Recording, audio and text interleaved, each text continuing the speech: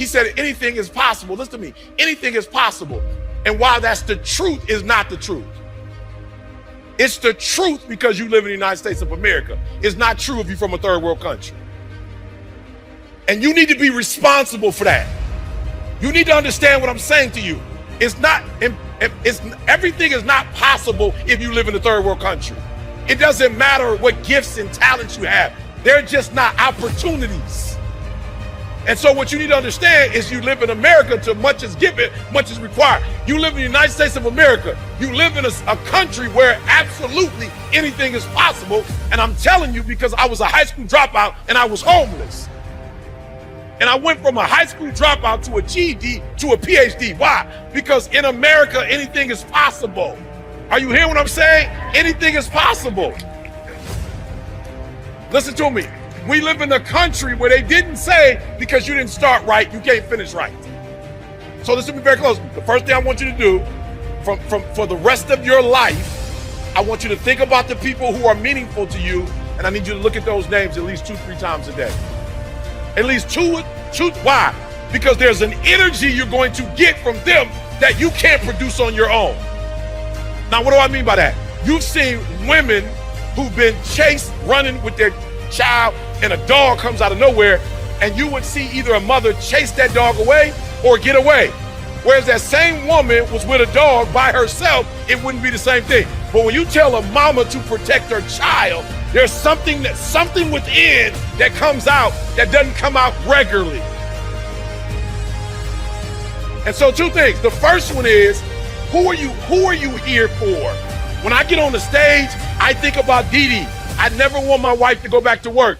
My daughter, 4-year and master's degree, she graduates in May. I paid for it in cash. They moved me in a way that I couldn't move myself. I didn't get a new gift. I didn't get a new talent. I've been talking since I was a kid. But I wasn't using it the way I use it now. So number one, I'm gonna let you sit down. Number one, who are you doing this for? Who will benefit from you taking this business to the next level? Who's gonna benefit?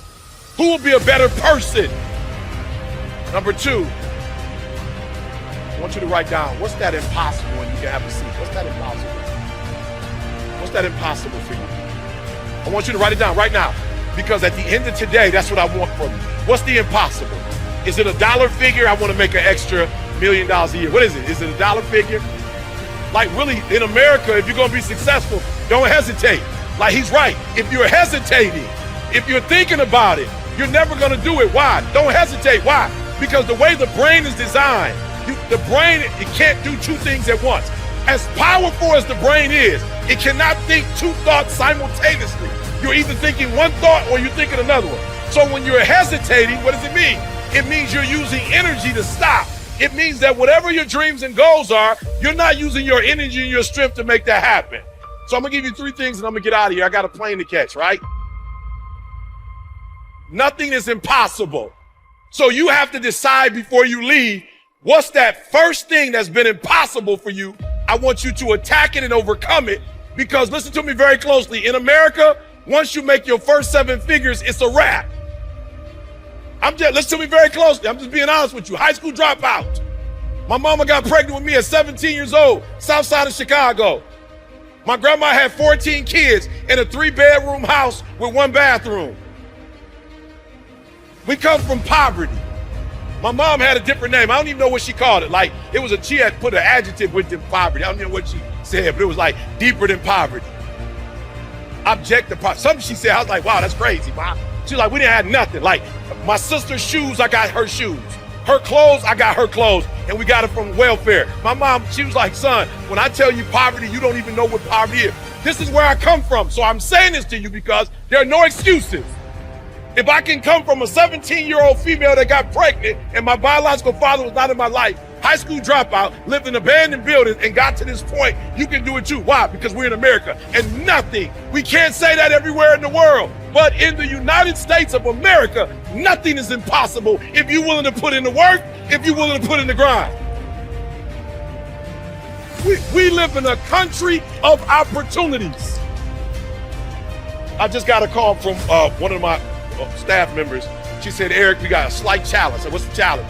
She said, Isaiah's here to do video you. I'll be here on the 4th. I got another engagement here on the 8th. She said, well, he wants to, do your book release. I was like, okay, what's the problem? She said, well, the Penguin Publishing Company sent your book to your house in California. I said, okay, what's the problem? She said, well, we need to get the book from California and get it to you in Vegas so you can show it, but you live, listen to me very closely. I want y'all to hear what I just said. We live in America.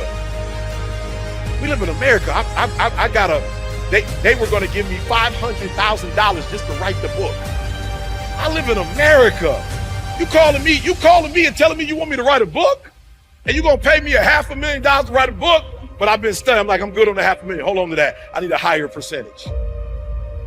They didn't say, they like, let's go, whatever you want. In America, there was a time I got kicked out of school. I live in America. If you're willing to get up, if you're willing to work, if you're willing to grind. So they said, the book is at your house. I said, no problem. I pick up the phone. I call my guys that's building my pool for me. I said, hey, can you do me a huge favor? He's like, what? Hey, can you go get the book? They said FedEx left it on the front. Can you pick it up for me? It's like, yeah. All right, can you send it to me? He's like, yeah. I was like, here go my FedEx account. Keep it secret. Like, don't use this after this. And send it to this address. Come on, y'all gotta hear what I'm saying. I'm so pumped. We live in America. So I want to say this to you because I know what some of you are thinking. Yes, there are obstacles. 1,000%. You like Eric? Matter of fact, I remember once I was talking about United States of America, whatever, and some people that I'm close to was like, you was talking about America like it ain't no problem. I said, look at me very close. You gotta hear what I said. I never said anywhere was perfect, but I said in America, if you put in the work, it can happen. I said, you didn't hear what I just said. Yes, there are obstacles. Yes, there's trials. Yes, there's tribulation. Yes, there's roadblocks. But whatever the roadblock it is not as deep as my wife with MS, and she ain't never going back to work. So I don't care what the obstacle is. I will find a way to get through the obstacle to get what I need so she can have what she wants. I don't care what the obstacle is. And I'm telling you today, I don't care what the obstacle is. What side of the American dream are you going to be on?